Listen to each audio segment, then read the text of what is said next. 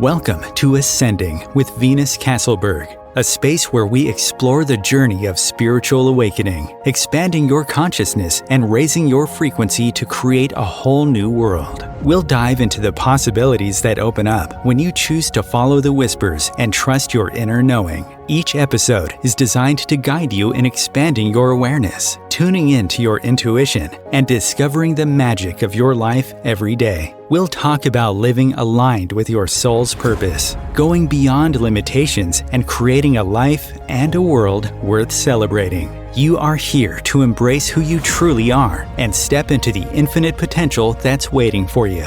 Let's ascend together. And now, here is your host, Venus Castleberg. Hello, everyone, and welcome. It's so nice to be here with you all. I am very honored to have a very special guest today, Marc Lainhart. I got to know Marc a little bit ago, and one of the things that really stood out for me about him was his desire to really bridge the gap between the spiritual and the practical, and to really make it a little bit more real. So without further ado, I'm super happy to have you, Marc. Welcome. Hi, Venus. Thanks for having me. Appreciate it. Yeah. So we've already had lots of people. Thank you, Kathy, Sandy. Nice to see you. I like to just say hi to people who pop on and comment in the chats. You're always welcome to comment. We will go ahead and open up the lines. You can call in today, 202-570-7057 if you have questions specifically for Marc. But I have plenty of questions, so if you don't call in, it's okay. I'll keep him busy.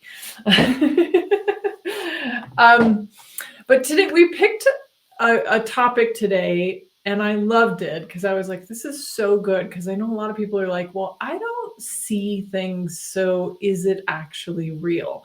So let's actually even just start there. Like, how do you know that it's real even if you can't see it?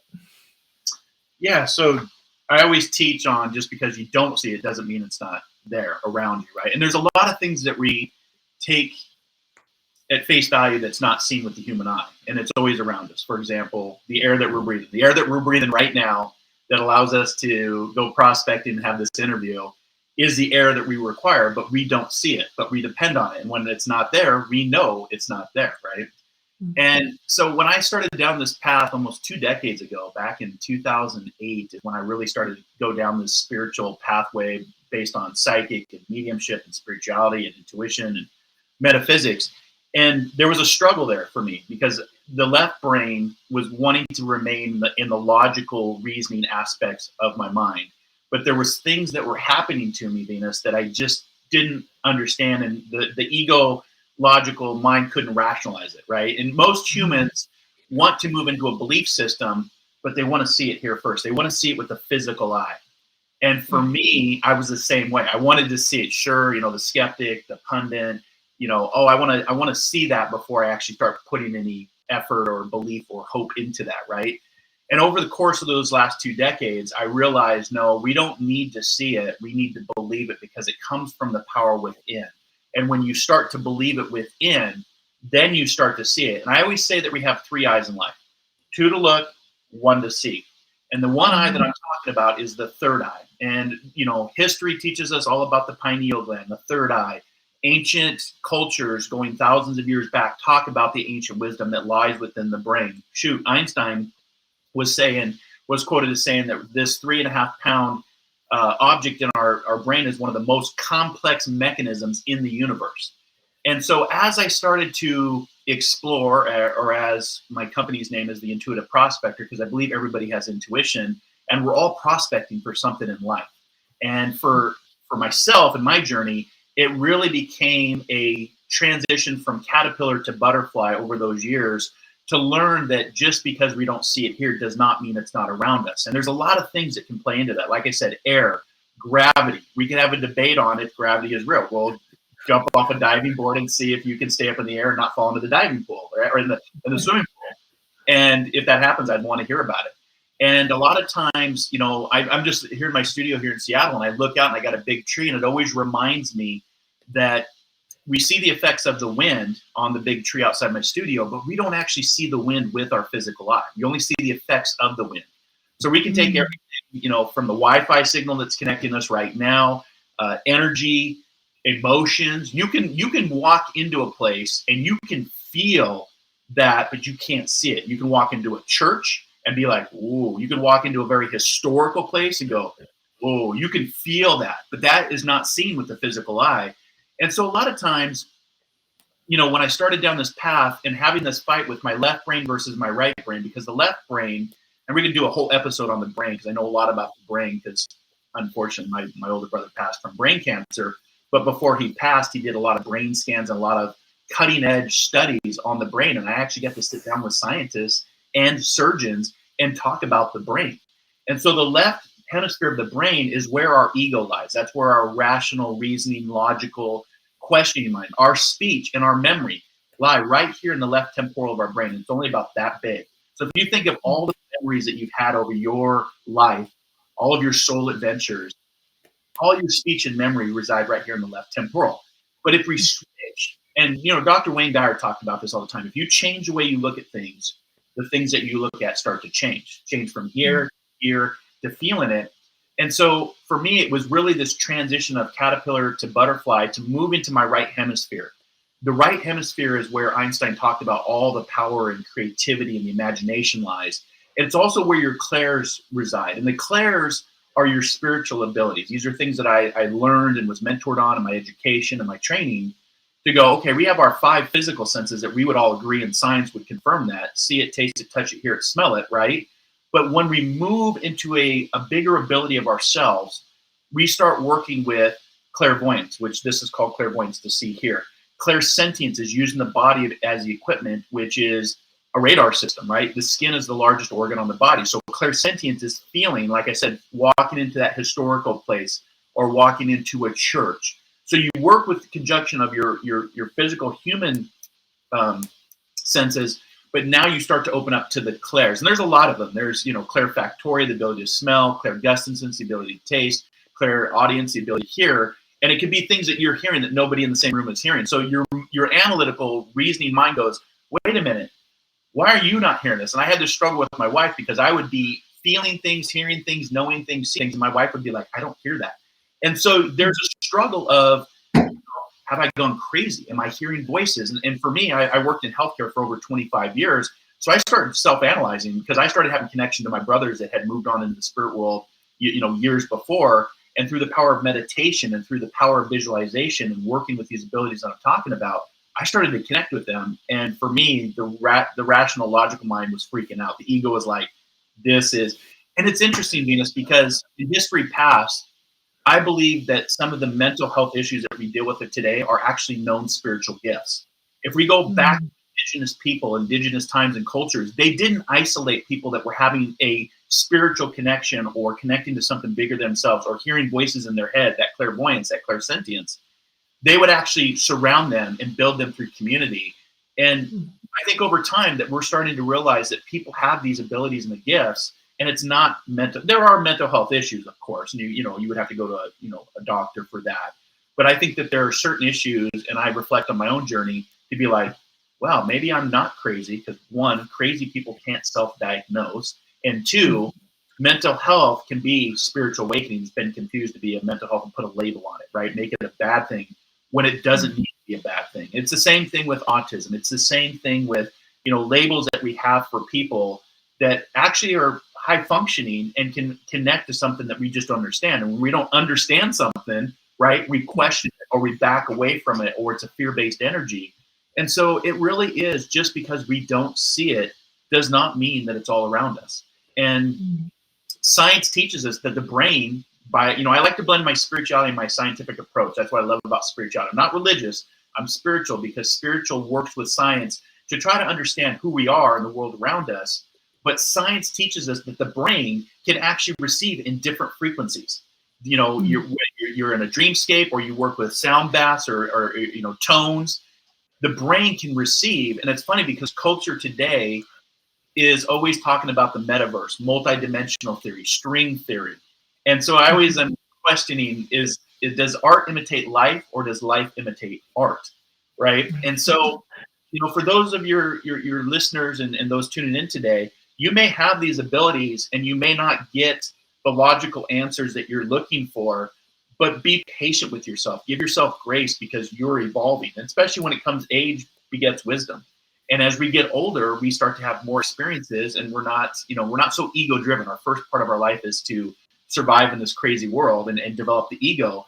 But then you get to maybe a certain age or a certain point. For me, it was 27, because I went through extreme trauma and tragedy, what I refer to today and I write about, the TNT that blew my life up at the age of 27, because I lost both my brothers, one to murder, and then 3 days later, my older brother to diagnosed with terminal brain cancer.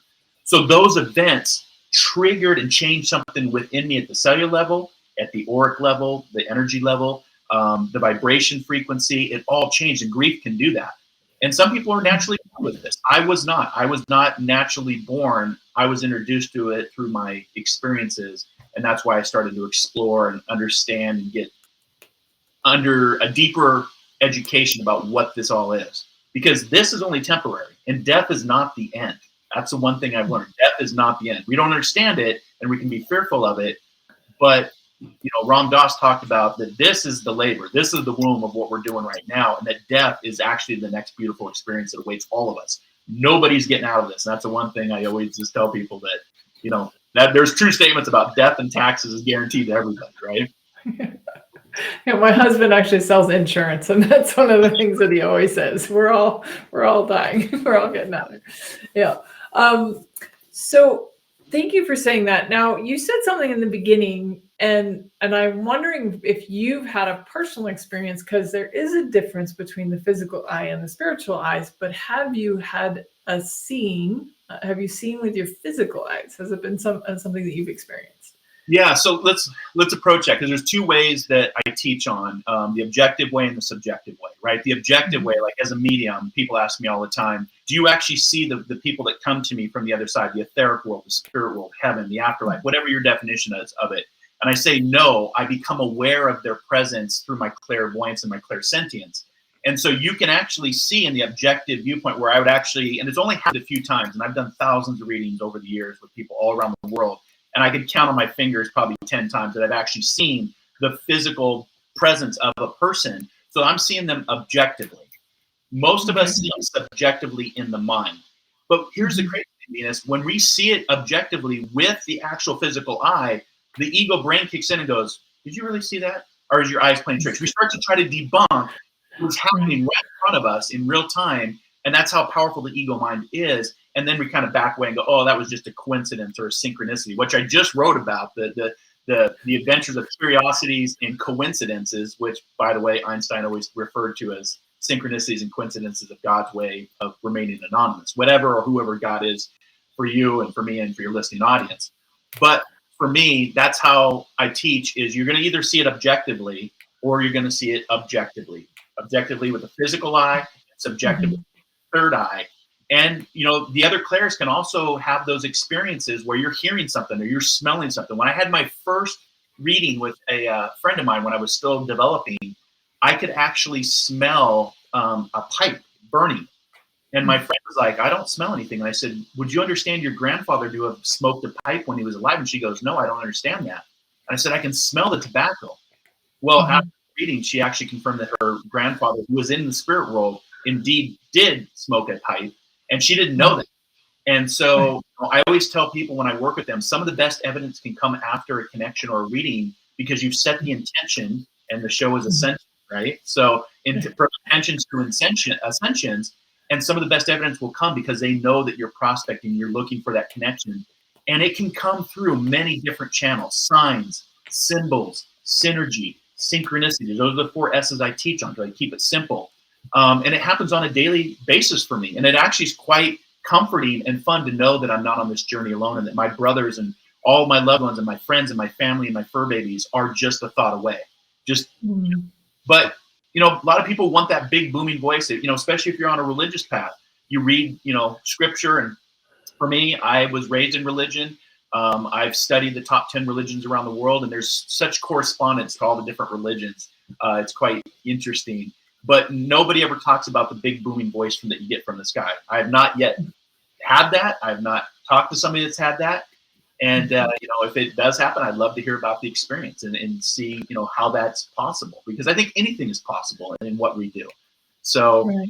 yeah, but I've had my own experiences. And I think the one thing that's really been interesting this last year, because I've had a lot of transformations last year, is working with plant medicines that come from the earth that are very ancient and have allowed me to see with the physical eye objectively through the power of plant medicines. And that for me really helped my logical mind, and it really crushed my ego because I was seeing it and I had to surrender everything. When you work with plant medicines, and my experiences were so amazing, so supporting and loving and bigger than myself, and I'm actually seeing it with my physical eye while I'm awake, it's pretty powerful. And again, nothing new. Everything I'm talking about has been around for thousands of years, ancient wisdom and ancient knowledge that I believe a lot of us are starting to tune back into.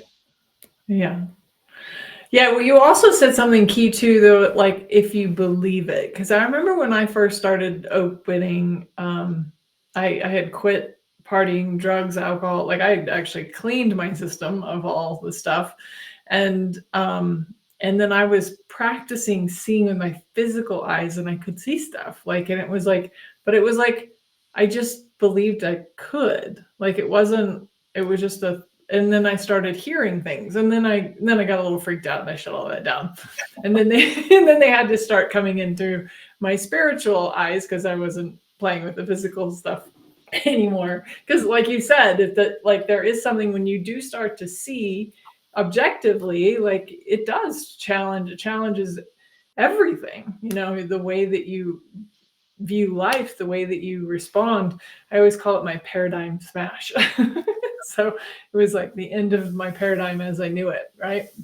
But I'm wondering, because I know a lot of people, I get this a lot, I'm sure you probably do too, is that they're just like, I really want to see.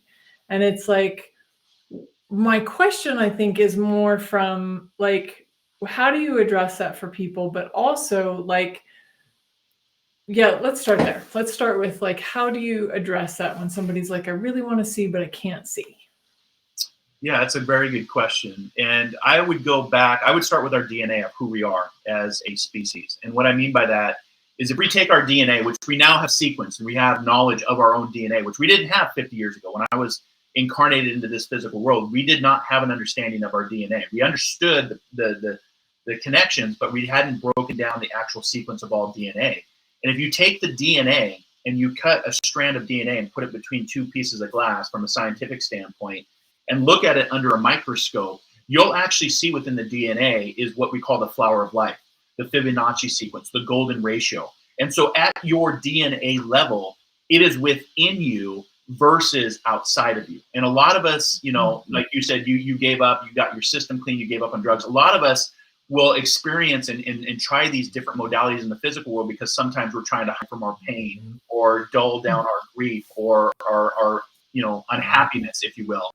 And when I realized from a scientific standpoint that it all starts within us at the DNA level, that you can actually see with the physical eye, again, that golden flower of life, that golden ratio, the Fibonacci sequence, then you go, oh, I don't need to go to a location. I don't need to worship a certain figure, from the likes of Buddha to Krishna to Gandhi to Jesus. They were all amazing people in history, but they were connecting to the ancient wisdom and knowledge that I'm talking about.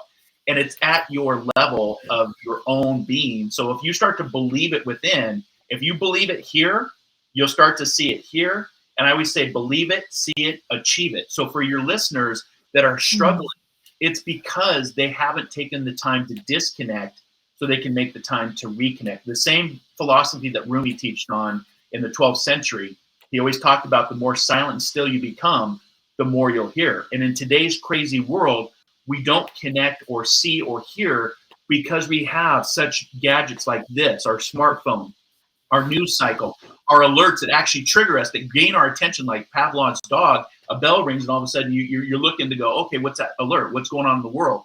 And so I would say get away from that. Get into nature. Our first home is nature. Get away from distractions and get into your being of who you are and why you're here.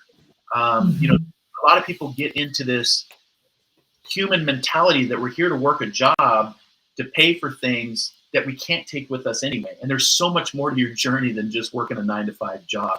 It's about connecting with people. It's about inspiring people, loving people, helping people, serving people, helping the planet. I mean, it just, all of this unfolds when the time is ready for you, but it has to be the intent to come from within. And a lot of us, you know, especially with today, like all the, you know, online service, I could get on my keyboard right now and order something that's at my door 3 hours later, right? The spiritual connection doesn't work that way. People ask me all the time, Venus, you know, and what I do and, you know, connecting with loved ones from the other side. And they always say, well, where's heaven? And I said, well, heaven is a vibration. Heaven isn't a location. And it's the same thing with how we vibrate. When we vibrate to a certain tune or frequency, just like a radio station, just like a television station, just like this station here, we have to tune in to find that right frequency. And I always laugh because people think that heaven is up. And this is how I was taught when I was a little boy. You know, in my Catholicism classes, we were taught that if you weren't good enough, you went down, and if you were good enough, you went up, right? And at that time, they actually taught on purgatory, and if you weren't either one, you stayed right here, and it just didn't make sense to me. But if we think about it from a spiritual, metaphysical standpoint, we can't go up or down. We're on a round planet going around a big ball of fire out in space. There is no up or down. So when you realize that, you realize that the world that we can't see is right here. It's just a world within worlds, different frequencies, different vibrations. The frequency that's in your heart is generated by energy. And if we adjust that energy and frequency and speed it up, my physical vibrating matter flesh suit actually would disappear. I'm still here. I'm just not vibrating at a way that you could see me, just like you understand my communication right now, because it's a vibration off a vocal cord. That's how we communicate, where this is quite primitive. And if you start moving up into here, this is where a lot of advanced cultures, a lot of advanced communications would be up here in the mind, not down here in the throat, because this is just a vibration. Oh, that's cool. Yeah, it's a great way to look at it. And did you get, you probably did, but out there, thank you everyone that's been saying hi, and I love you guys. I'm really grateful for you being here. Usually I call everybody out by name, but there's lots of comments today. If you have questions, please feel free to call in 202-570-7057, or you can drop them in the comments. I will catch the questions for sure. But do you remember the books of Prophet? Well, yeah, I read that. Did you ever see? A long time ago, I know, but they made a movie out of that. Did you know that? Like it was like a B-rated movie or a C-rated movie, right? But I remember one of the things that stood out the most was kind of what you were just talking about, was that like there were people living on the same planet. There were people still fighting wars, and then there were people living like even in the war zone but they were at a different frequency. They were vibrating at a different level, so that the people who were fighting wars couldn't even see them, right? But they were still there. And it just, like, the visual representation for me, because I'm a visual person, was so impactful, because I finally got like how heaven can be here on earth. Like, and it's a state of mind. It's that energy, right? And not necessarily like going somewhere else. So that's great. Thank you for sharing that. It was really cool. I have more, of course, but I think we're going to go. Go ahead. Yeah. Let me add what you were just saying real quick, because this, like I said, that struggle of the analytical mind versus the spiritual awakening mind. I don't remember who said it, but they talked about it. It might have been Carl Sagan that talked about the more unreal the world around you gets, the more real that you get. And you know, if you look at what's going on in the world today, it's very unreal. It's very like, you know, but at the same time, I'm not bothered by it, because I'm not tuned into that frequency of, you know, right. I'm empathetic and compassionate to what's going on in our planet, and keeping an eye on what's going on. But at the same time, I'm not committed. I'm not invested. I observe. I don't absorb. And so, you know, the teachers from past always talked about the more real you get with yourself, the more unreal the world will get around you. Oh, that's so good. Yep. And he did talk about something, and for those of you who maybe didn't hear Mark, he talked about like getting into nature and, you know, being out in a different frequency and a different vibration without our little boxes. For those of you who know me well, you know that my phone never rings because I don't ever have the sound on. So if I feel the pull to look at my phone and you happen to be calling, then I'm like, oh, look, somebody's calling. You know what I mean? And at 19, I gave up news. It was just something that I knew at 19 years old that I was just like, I can't watch news anymore. Like like you said, being empathetic, being aware. But I always find if there's something big enough in the news, somebody tells me. Like I don't even have to watch it. So what I love that. Like the more unreal everything gets around you, the more real you become. Well, with that, we're going to take a really short break. We'll be right back. Come on back, guys. Om Times TV. Imagine becoming a super influencer. Reinvent yourself, invest in your brand, and then manifest your success with a robust spheric approach. Om Times Media and Broadcasting offers a unique and multifaceted way to become the spiritual and conscious influencer you deserve to be by putting your message across our powerful platform with its proven record of integrity and excellence. Through our produced shows, Om Times offers the opportunity to become a social media TV personality, a radio show host, an Om Times magazine columnist, and a syndicated podcaster, all in one shot. By live streaming your show on Om Times TV and broadcasting it across the extensive Om Times radio and TV networks, you become more than a host. You become an ambassador and a force for positive change. Om Times. Open yourself to the possibilities. If I could be you, and you could be me for just 1 hour. If we could find a way to get inside each other's minds. Walk a mile in my shoes. Walk a mile in my shoes. Well, before you abuse, criticize and accuse, walk a mile in my shoes. Hello, everyone. Welcome forward. I'm here with Marc Lainhart, and we are talking about just because you don't see it doesn't mean it's not there. You talked about this a little bit in the beginning, but I'd love to talk about it some more. What are some ways that people could perceive or acknowledge that is telling them that something is there, even if they can't see it? Yeah, there's a lot of different ways. Like I said, nature's a big one. Working with different music modalities really can change the frequency. The one thing that everybody has that we forget about, and it's one of the most powerful tools that is free and accessible 24/7, 365, is our breath. And I know people are like, wait a minute, our breath. Yes, there are many techniques that can really help you to get connected to that vibration just through the power of breath. For example, 2 modalities that I work with a lot is Soma breath work, S-O-M-A, breath work, where you actually get into a state of doing your breath work like a meditation, like a guided meditation. And you get into a state of where the blood, the oxygen in your blood actually decreases. So you get into a hypoxia state. You're not going to die. You're not going to cause any injury or harm to yourself. But it gets you to the point where you're so relaxed and the monkeys in your mind have actually calmed down and stop fighting amongst each other. And that is an ancient technique that goes back centuries that I started to tune into, because there were times that it can be very overwhelming in this world. Like you said, the news that comes in, it's like drinking from a fire hose, and it's all around us. And for some people, that may cause anxiety or depression or PTSD triggers. And for me, there were times I just felt like I couldn't breathe. And so my mentors and my counselor helped me to understand the breath work of really healing and moving into a place to connect. And what's really cool is we would actually put a pulse oximeter on my finger when I first started this. And I would start out at, perforating about 98.9% oxygen in my blood. And after 20 minutes of doing deep, instructful breath work, I would get down to like 94%, 93%. The lowest I've been is 88% oxygen in my blood.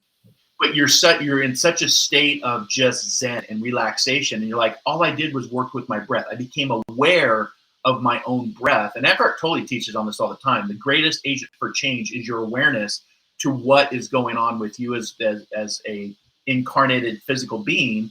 And we forget to breathe. It's an unconscious.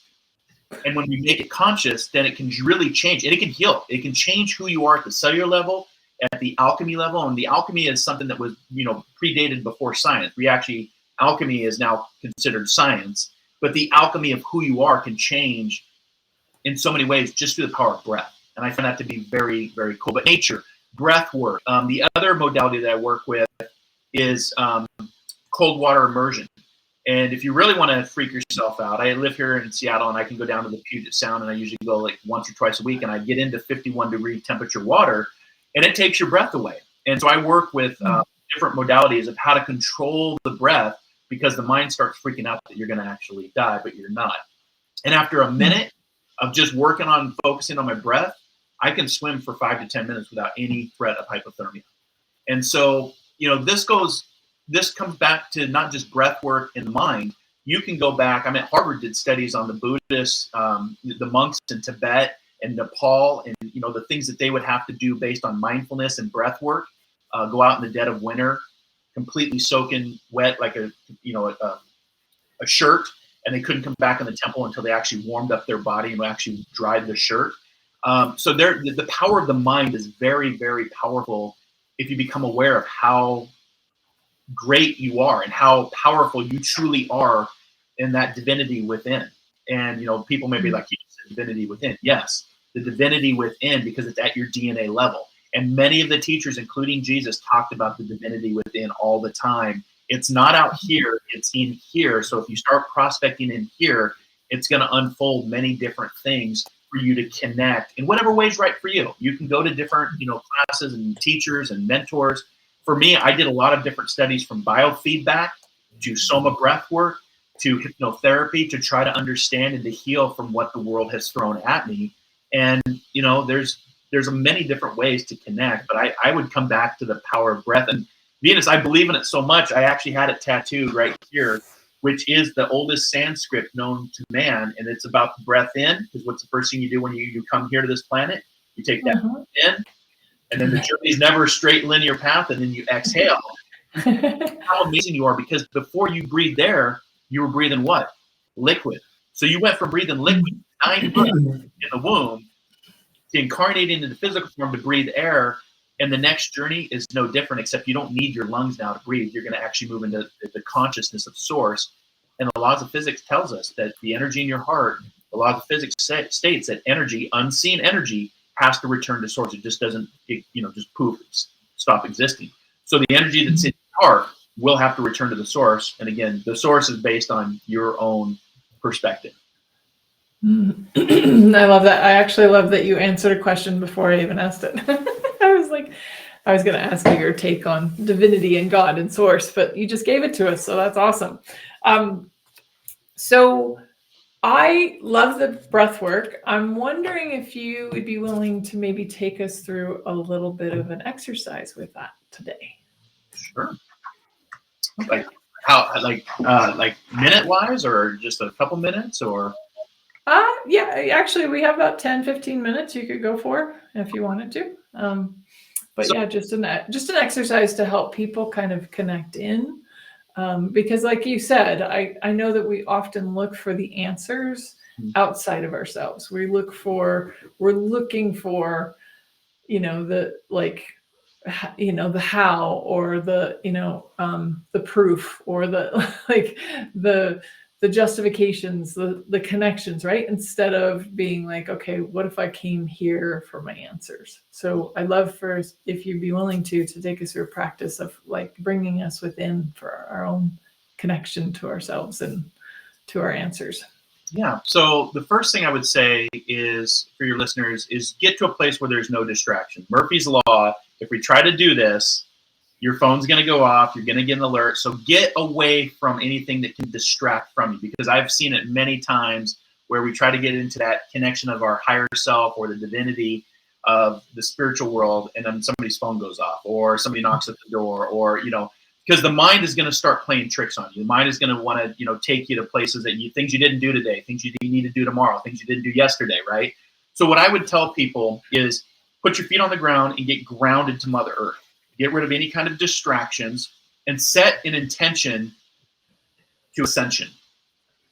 And it all comes back with the power of breath. And what I teach people is take your hand and put it over your heart. It shows the physical touch of your incarnation, it being an incarnated being, having human experiences.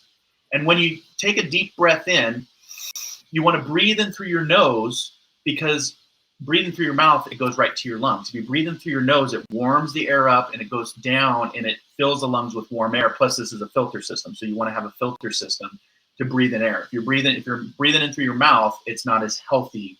And so even breathing the right way. And as you take a breath in, your stomach should extend out. And what I mean by that is that means that you're activating what in Qigong we call the dantian, which means the heater, which means that you're breathing from the whole aspect of your core, from your belly button up to your throat.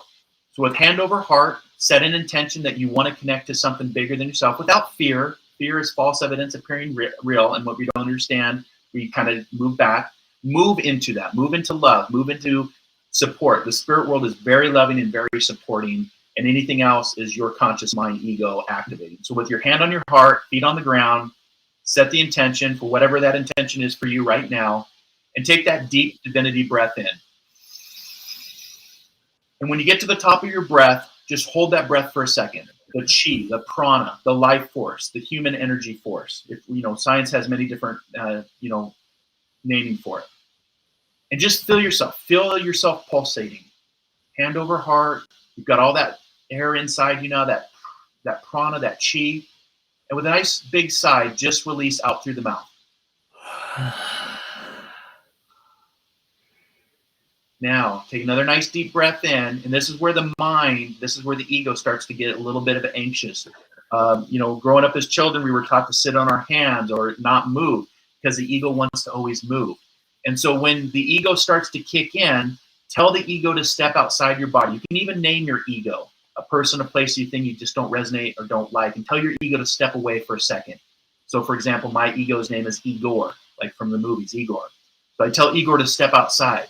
And then I come back to my breath. And we just come back to our breath, and the mind starts to calm down. So we take another nice divine breath in.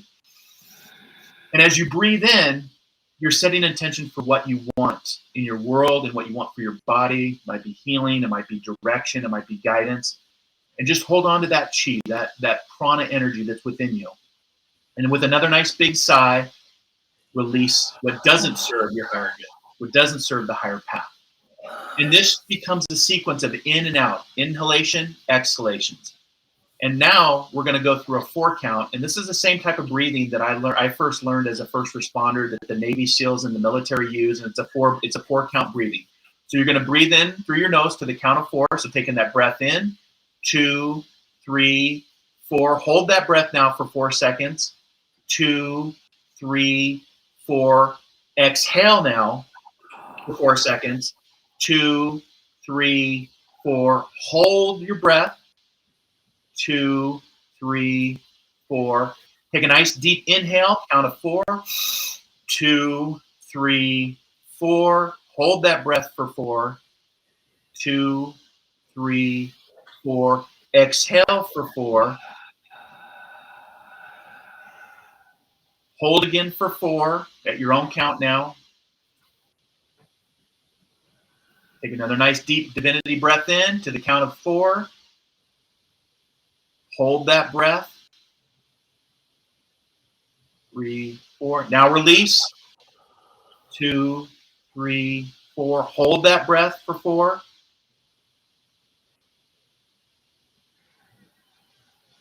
And then take a nice deep breath in again. And just come back to yourself. And that's called box breathing. It's actually a way of just a 4 count. You can take the count from 4 seconds all the way out to 20 seconds if you wanted to, if you want to go deeper in your breath. And just become aware of your own presence. Become aware of how you feel. And we only did that just for a minute. Look at your mind. Examine your mind. Observe your mind and where it's at. It should be calmer. It should be more relaxed. Give it a second. It'll jump back in, right? Because you can't shut the ego mind off until you reach death. But it's a way to maintain through the power of breath and through the power of touch, also expanding your auric field, calming your nervous system down. Another way that you can calm the mind is by humming, because it's really hard to hum. That's why chanting becomes very important. Ancient chanting, we just did this in group the other night. Chanting or humming doesn't allow the brain to think. Try it. Try humming and thinking at the same time. It's literally very difficult. Somebody might be able to do it, but it's very difficult if you start humming. That's why music, chanting, sound baths become very important, because it calms the ego mind, because the mind is wanting to survive. The ego is there to protect you, to be opinionated, to be competitive, but you don't need the ego all the time, right? Because who's the one person you talk to the most in your entire life? Right? Listen to everything that you're telling yourself, right? And is that ego giving you positive instruction, or is it giving you self-sabotaging negative instruction? It's no different than the old cartoons of the devil on one side and the angel on the other, and they're both whispering in your ear. You have to decide what you're going to listen to, which one you're going to feed more, and the power of breath. And again, I learned this when I first joined the Coast Guard. They taught us how to breath to deal with stressful situations. It had nothing to do with spirituality. Same with firefighting. They worked on us to control our breath so we could focus on the job at hand, whether that was saving a life, putting a fire out, extracting somebody from a car. You had to work with your breath to stay in that moment. Spirituality and connecting to something bigger than yourself is no different. The difference is you're not saving somebody's life. You're actually connected to your life in a deeper meaning, in an ancient way. So does that make sense? Did that just that about 2 minutes worth? You can start to set an intention every day when you wake up to work with your breath, to work with mantras, to set intention to ascension. That's your show, Ascension. So might as well tie into that as well, right? Right. Yeah, that's awesome. I love that. I love the connections that you always do. And for those of you who don't know, Marc does have his own show, and it's called The Prospector. So you want to say anything about that, Marc? Yeah, I have a Friday show called Metaphysical Meetup with Marc Live through my my YouTube channel and my Facebook.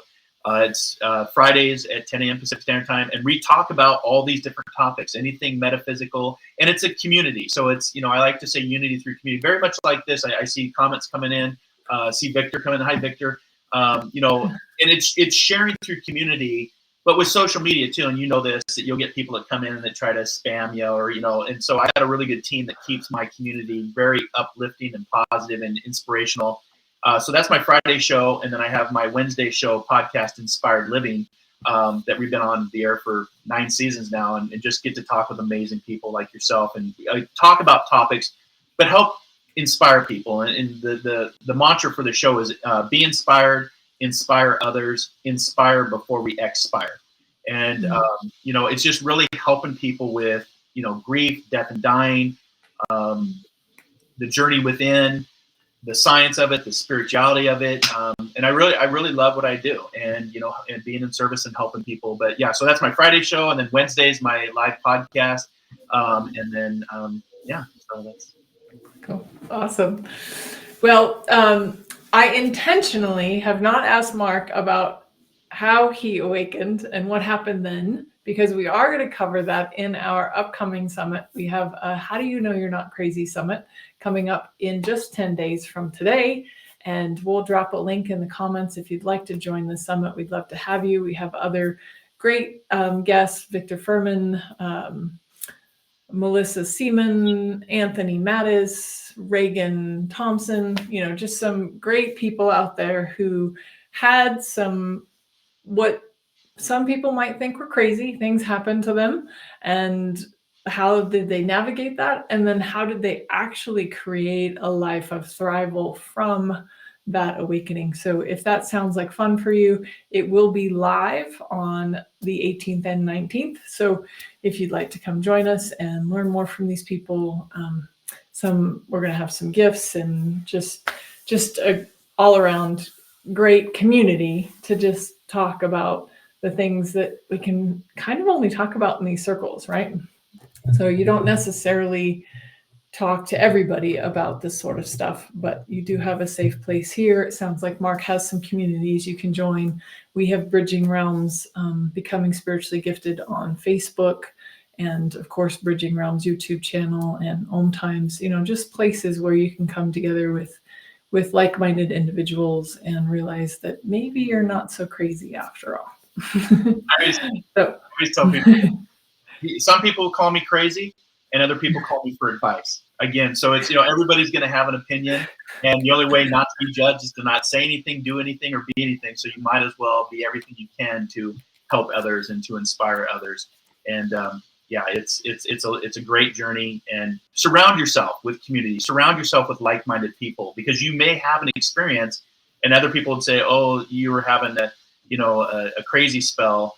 But if we put that in a book and publish it, wait 3,000 years, now it becomes a religion, right? So, one person's vision can be another person's following, right? So, the journey, you came into this world alone, so shall you return. So surround yourself with like-minded people if you're really prospecting to find something bigger than yourself or heal from your journey, the sum of your experience. Find the diamond within. That's what I teach on, because diamonds are only created under extreme pressures. And if you can find that diamond within and reveal it, your life changes in dramatic ways, and very fun, healthy ways as well. Mm-hmm. Well, speaking of that, like how do you navigate through like the naysayers or the people who do call you crazy? Like what's your response, or how do you deal with that? Early in my journey, I'll be honest, very transparent. Early in my journey, because it was real to me, right? I was having experiences. I was connected in ways I'd never connected, and really was unlearning a lot of what I've been taught, right? In the spiritual pathways, you have to almost unlearn everything that you have been taught, because you realize that doesn't necessarily been taught the right way or the accurate way. Even our history is not taught the right way, right? And so for me, I would say take it one day at a time, right? Give yourself a lot of patience and grace. The caterpillar does not become the butterfly without the extreme struggle of the cocoon. And when I mean extreme, the caterpillar is screaming, this is the end of the world. I'm deliquefying, I'm melting. And then it reliquefies within the cocoon phase to emerge as the butterfly and go, holy crap, this is a whole new perspective. This is a whole new world. And you've changed, but you can still keep your relationships, treat people with kindness, right? Be kind, caring, compassionate is how I always finish up my shows. And we can still have civility, but that's not going to be reciprocated back with the work that we do.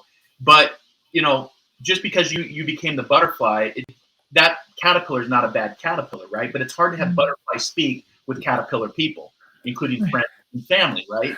So you sometimes have to love them from a distance, and you have to, embrace the noise. You have to accept the noise, let it pass through. It doesn't feel good, but by running from it or, not paying attention to it, then it can catch up with you. And so when I first started out doing this, to be honest with you, I had all these visions of, oh, I'm a psychic. And at that time growing up, I remember there was a TV show, 1-800-CALL Psychic Wanda. And I'm like, I don't want to do that. That's not my vision of what I thought this was going to be. And, through the last 2 decades, I've had friendships and family, judgment and relationships. But at the same time, I've also been introduced to some amazing people and communities. So it's like for every time one relationship went away, 2 new ones came in, because you're surrounding yourself with like-minded people. And here's the thing, Venus, you can lead a human to knowledge, but you can't make them think. And we're the sum of our own experiences. And some people haven't had the experiences. Some people don't want those experiences. They love status quo, blinders on. I'm going to just stay in my lane, plow my own field, and not be. For me, it wasn't the same, because I've always been curious since I was a little boy. I've always had that curiosity to explore from everything from aliens, extra-dimensional beings, to Bigfoot, to death and dying, to angels, to the list goes on and on. And for me, now it's just noise. It doesn't bother me anymore. But what doesn't kill you makes you stronger. You almost build a thicker skin, a callus. It's like a scar, right? When you cut yourself, the scar hurts, but it heals over. And you don't necessarily pay as much attention to it. So for me, I know when I set my intention to be in service, to help others, to inspire others with what I do, the intent is there, and there's always going to be a person in the crowd that is a naysayer. Or, remember the Muppets, the 2 guys that would sit up in the balcony and just be like the negative, like, oh, that guy's not. There's always going to be that, y'all. And for your listeners, today is all you have. You have to carpe diem today, because yesterday is history. Tomorrow's the mystery. Today is a gift. That's why we always refer to it as the present moment. And when you realize how many people pass around the world every single day on average, which is about 150,000 people a day on average, not including war, not including, pandemics, that's a lot of people. So you have to really come back to how much time, your greatest commodity is your time. I'm sure you know how much money is in your bank account, but you do not know how much time is in your time account of what you have here. So you might as well make the best of it. And, I tell people the 3 C's in life: make a choice, take a chance, see the change if you truly want to see a change in your life. And if you don't risk it, there'll never be a biscuit. So life is short. Life is short. Do it. And so don't pay attention to, believe in yourself. Don't pay attention to the naysayers. It does hurt, especially with social media, and people can be very cruel, but arise above that, because that's your vibration too. The low vibration is based on jealousy or violence or negativity. When you raise your vibration, again, you're the butterfly having butterfly speak with caterpillar people. You can still do it, but it's not as constructive and it's not as healthy as it once was when you were a caterpillar. I love that. That's actually a really great analogy. It's like, it really makes sense. It's like, now you're a butterfly and you're trying to talk to caterpillars, and you don't have to. And that's something I always teach my people too, is just like, ask a question. Can this person receive what I want to tell them? And if you get inside, it's heavy or it's not light and you can't, they're not gonna be able to receive it, then don't say it. Just love from a distance, right? Love is the ultimate vibration. The one thing I've found in all my readings I've done is the love that connects us from this world to the unseen world. And, love them from a distance and hold space for that person, because you're vibrating higher, and that you may inspire that person and maybe have them change their perspective about life and their own journey. So, yeah, be the invitation. That's great. Yeah. Show them a different way. You don't have to necessarily tell them a different way. Show them a different way. So that's beautiful. So is there one message from the unseen world you think more people need to hear right now? And if so, what would it be?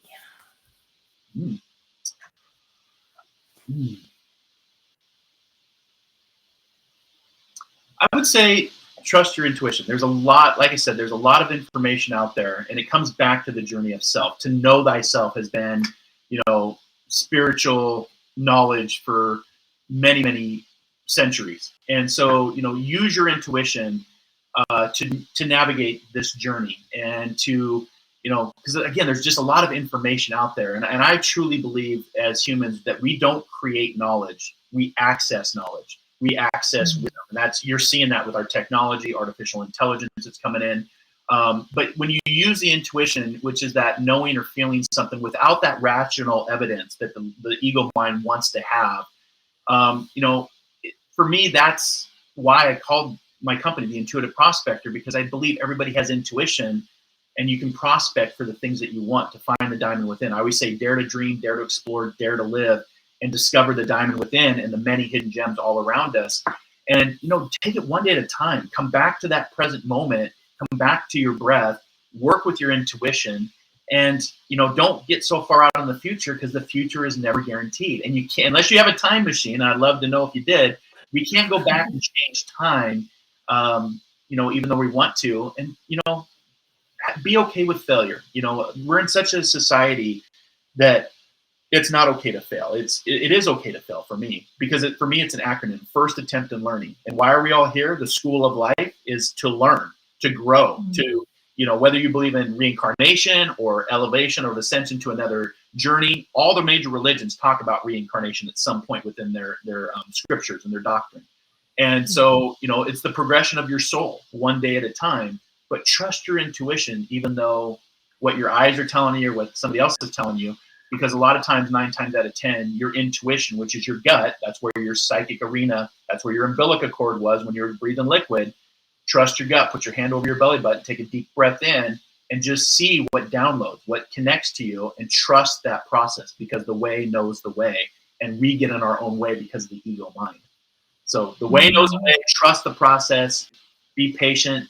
One day at a time. Give yourself grace, and surround yourself with like-minded people, and find teachers and mentors that will push you and grow you and help you and educate you. Just like, I wouldn't be here today talking about this with you, Venus, without standing on the shoulders of, the pioneers before me, my mentors, my teachers, and everything that I've done up to this point.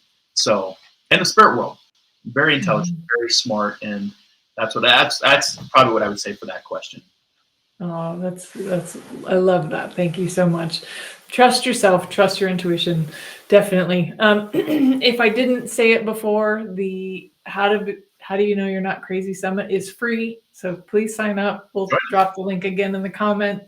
If you liked anything that Marc had to say and you'd like to get more from him and learn his personal story, please tune in. Sign up for the How Do You Know You're Not Crazy Summit. We would love to have you.